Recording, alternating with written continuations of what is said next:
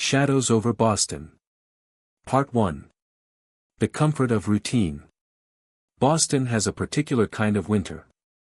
It isn't the postcard snow globe kind you see on holiday cards, it's gray, slushy, relentless. The Charles River looks like molten steel under the low sky, and the air smells faintly of salt from the harbor. For years, that was the backdrop of my life with Sarah. We'd been together for nearly a decade, married for 5.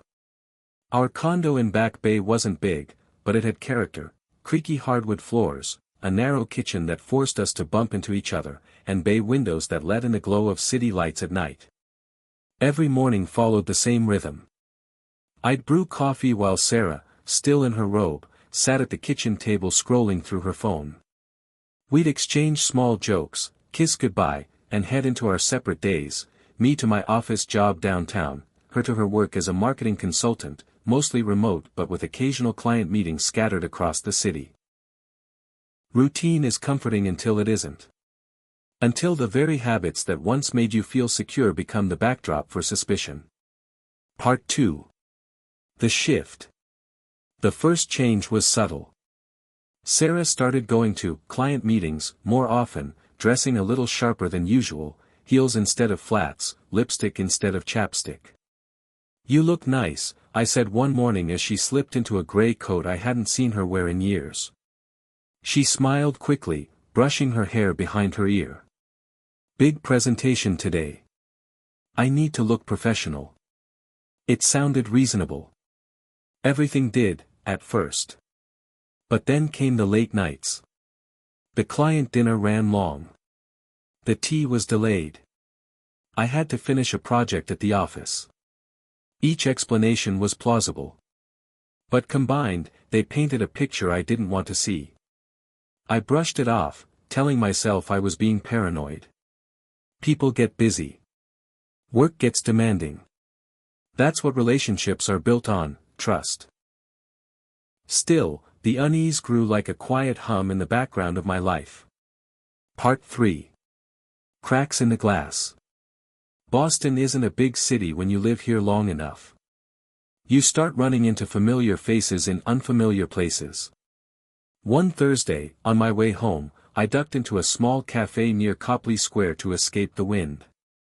That's when I saw her, Sarah, seated by the window. But she wasn't alone.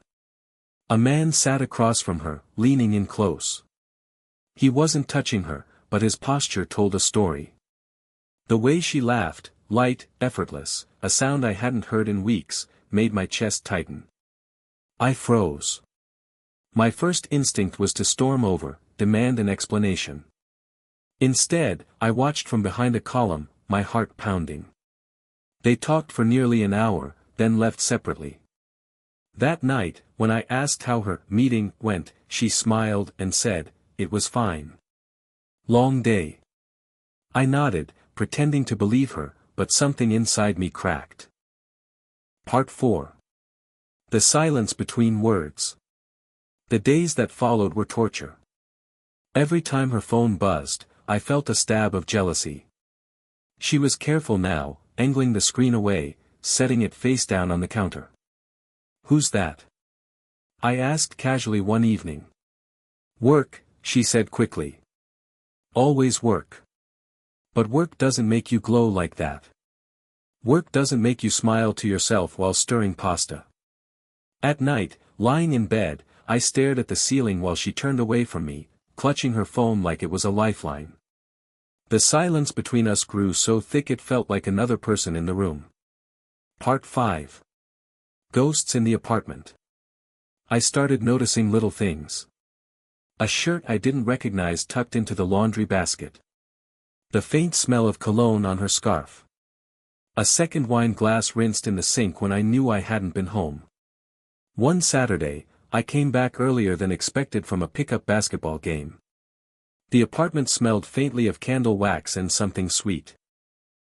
Sarah jumped when I walked in, quickly shutting her laptop. "You're home early," she said, her voice higher than usual. "Yeah." The game ended quick. I scanned the room. Nothing seemed out of place, yet everything did. I wanted to confront her, but fear held me back. What if I was wrong? What if I destroyed our marriage over nothing but paranoia? So I stayed silent, haunted by ghosts in my own home. Part 6. The first confrontation. The breaking point came one night when she said she was going to a networking dinner in Cambridge. I decided to follow her. From a distance, I watched her enter a restaurant near Harvard Square, not alone, but with the same man from the cafe. They sat close, their heads bent toward each other, her hand brushing his arm as if it were the most natural thing in the world. When she came home hours later, I was waiting in the living room. "How was the dinner?" I asked, keeping my voice steady. She froze, coat still on. "Fine. Productive." "Who was he?" Her eyes widened. "What do you mean?" "The man you were with. At the restaurant." Color drained from her face. She opened her mouth, then closed it. "You followed me?" The accusation stung. "Don't turn this on me, Sarah." "Who is he?" She didn't answer. And that silence told me more than words ever could. Part 7. The fracture. The days after that conversation were unbearable.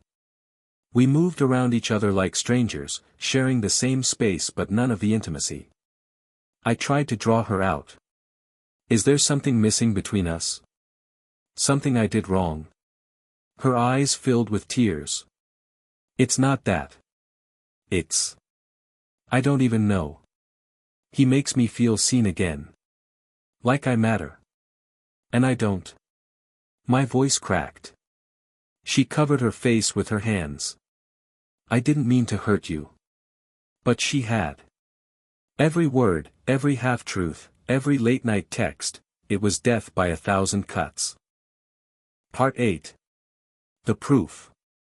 I needed clarity, so I did something I never thought I would. I checked her phone while she showered.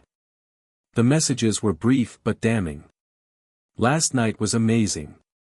Can't wait to see you again. I'll make an excuse." I dropped the phone on the bed, my hands shaking. The truth was no longer hidden in shadows, it was written in pixels. When she came out of the bathroom, towel wrapped around her, she saw the phone in my hand and knew. "Why, Sarah?" My voice broke. "Why him?" Her shoulders slumped. "I don't know. I didn't plan it. It just happened. Happened. As if betrayal were as natural as breathing." Part 9. The last night. We tried to talk, but every word was a wound. She begged for time. I demanded answers. Neither of us could bridge the chasm that had opened. On our last night together, I stood by the window, watching the snow fall under the glow of the streetlights. Behind me, she sat on the couch, sobbing quietly. "Do you love him?" I asked, not turning around. Her silence was answer enough. I picked up a suitcase and began packing. She didn't stop me. Maybe she knew it was already too late. Part 10. The exit. I left just before dawn. The city was still asleep, the streets muffled by fresh snow.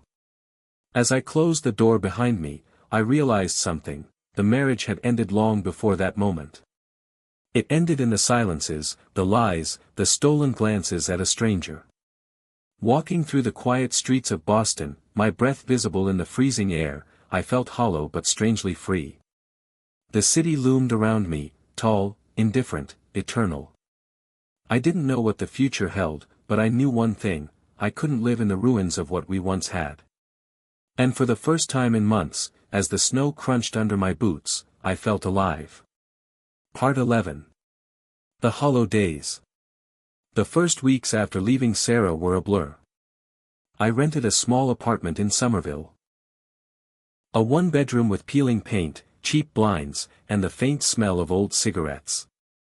It wasn't home, it was a waiting room for my life. I went through the motions: work, groceries, bills, but everything felt muted. I'd walk past couples on Newbury Street holding hands, and it felt like watching a play I'd once acted in but was no longer cast. Nights were the worst. The silence pressed against me like a weight, broken only by the buzz of the radiator. I'd lie awake, staring at the ceiling, replaying every moment, every smile, every lie. Part 12. The messages. She texted me 3 days after I left. I can't sleep. Please talk to me. I ignored it. A week later, I made a mistake. Can we meet? I nearly caved, nearly typed out all the rage boiling inside me. Instead, I threw the phone across the room. Her messages became less frequent, then stopped altogether. The silence was deafening, but maybe necessary. I told myself it was freedom. It felt more like a wound healing too slowly. Part 13. Friends' advice. My brother, Mark, dragged me out for drinks one Friday. We sat at a crowded bar near Fenway, the smell of beer and fried food clinging to everything. You've got to move on, man, he said between sips. Don't let her live rent-free in your head. I laughed bitterly. Easy for you to say. You didn't spend 10 years building a life with someone who burned it down. He clapped my shoulder. Then build a new one. With someone else. Or alone. But stop living in the ashes. I wanted to believe him. But ashes were all I knew. Part 14. The temptation of revenge. One cold night, I found myself outside our old condo. The windows glowed warmly, and through the curtains I saw silhouettes moving inside. Hers, and his. My chest tightened, a storm of anger and grief. For a moment, I imagined knocking on the door, dragging her lover outside, making him feel even half the pain I carried. But I didn't move. I stood in the freezing wind until my hands went numb, then turned and walked away. Revenge would have been easy. Living with myself afterward would not. Part 15. An unexpected encounter. Life has a cruel sense of timing. I ran into Sarah at a grocery store in Beacon Hill. She looked thinner, her face drawn, her eyes tired. "Hi," she said softly, as if afraid I'd vanish if she spoke too loud. I just nodded, gripping the cart handle. "Can we talk?" she asked. I swallowed hard. "About what?" "You made your choice." Her lips trembled. It wasn't worth it. He wasn't worth it. The words should have satisfied me. Instead, they hollowed me out even more. Part 16. The confession. We sat in a small cafe, the same one where I'd first seen her with him. Life has a cruel symmetry. She stirred her coffee nervously. "I don't expect forgiveness. But I need you to know, I wasn't happy. Not with you, not with myself. He was an escape. But it wasn't real." I clenched my jaw. "So you burned everything we had for something that wasn't real?" Tears welled in her eyes. "I know. And I hate myself for it." I wanted to scream. Instead, I just stared at her, feeling the weight of a decade pressing down on me. Part 17. The offer. Then came the words I didn't expect. "I want to try again," she whispered. "Not because I deserve it, but because I still love you. If there's even a chance." My heart lurched. A part of me longed for the comfort of her arms, the familiarity of her voice. But another part remembered the texts, the lies, the silence. "I don't know if I can," I said. "I don't know if I'll ever look at you and not see him." She nodded, tears sliding down her cheeks. "Then I'll wait. As long as it takes." Part 18. The test. For weeks, I wrestled with her words. We met occasionally, coffee, short walks by the Charles. She seemed genuine, broken, desperate to rebuild. But every time her phone buzzed, I flinched. Every time she smiled at a text, suspicion clawed at me. The wound hadn't healed, it was just covered by a fragile bandage. One night, she reached for my hand as we walked. For a moment, I let her. Then I pulled away. "I'm sorry," I said. "I can't live in constant doubt." Her face crumpled, but she didn't argue. Maybe she knew the truth as well as I did. Part 19. The turning point. Spring came to Boston. The air smelled of rain and thawing earth. Tulips bloomed along Commonwealth Avenue, and people filled the parks again. One Saturday, I sat on a bench by the public garden, watching families and couples pass by. That's when it hit me, life was still moving, with or without me. For months, I'd been trapped in the wreckage, clinging to pain as proof of what I'd lost. But maybe Mark was right. Maybe it was time to stop living in the ashes.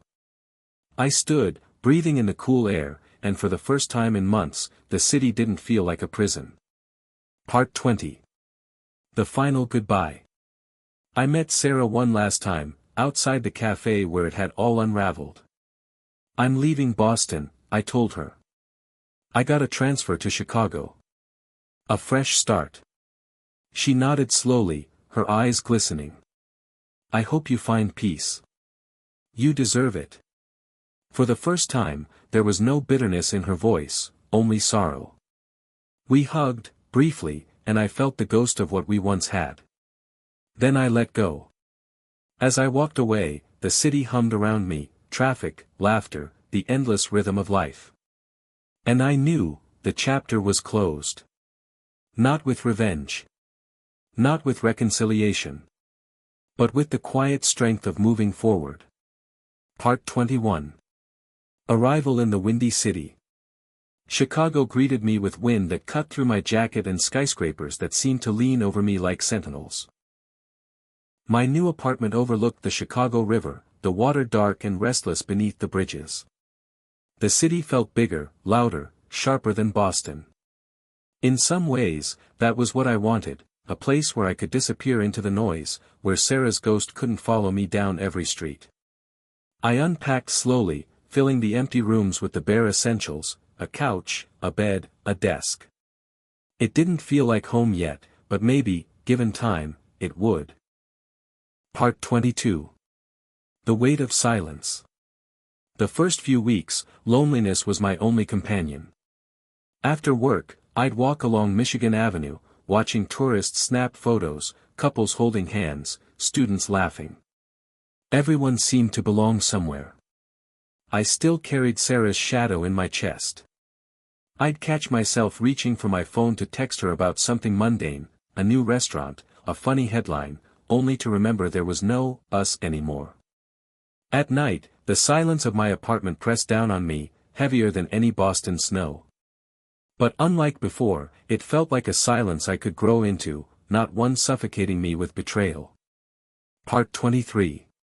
A new routine. Work became my anchor. The office in the Loop was sleek, fast-paced, demanding.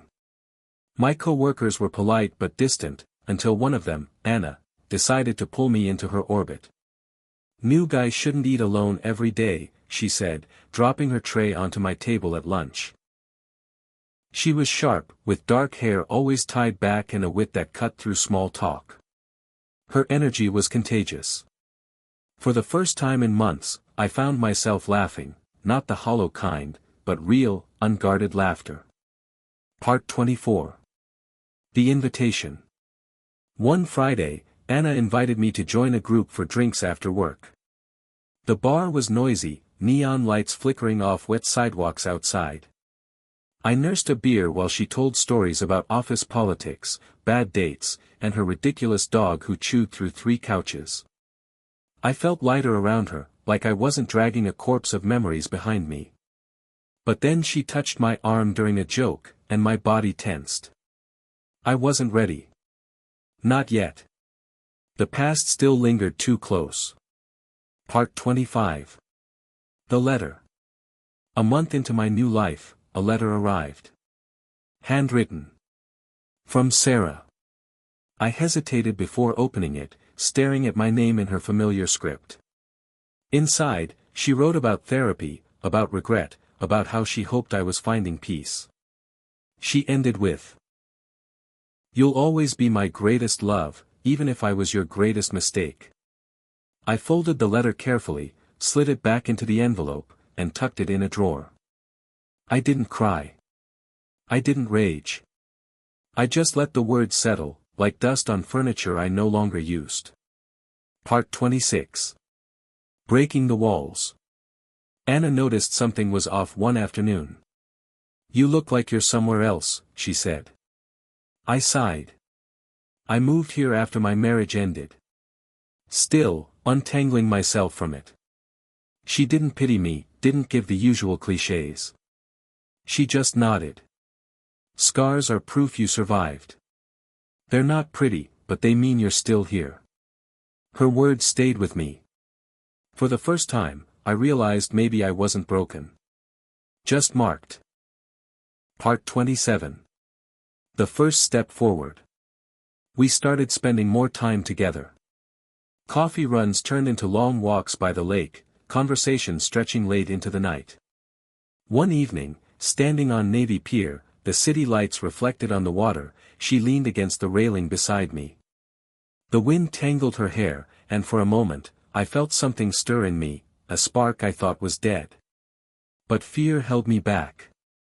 The memory of Sarah's betrayal loomed, whispering that love was just another trap. Anna glanced at me, as if she sensed the storm inside. "It doesn't have to be today.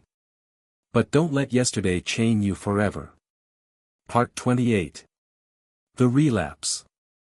One night, after too many drinks alone, I almost called Sarah. My finger hovered over her name in my contacts. But then I remembered the cafe. The laughter with him. The texts. The silence in our bed. I deleted her number. My hands shook as I did it, but afterward, I felt lighter, like cutting a rope that had been strangling me for too long. Part 29. The choice. Anna invited me to her apartment for dinner. It was small, cozy, filled with books and plants that seemed to breathe life into every corner. She cooked pasta, we drank wine, and we laughed until midnight. When the laughter faded, silence settled, but this time, it wasn't heavy. It was warm, expectant. She reached for my hand, and I didn't pull away.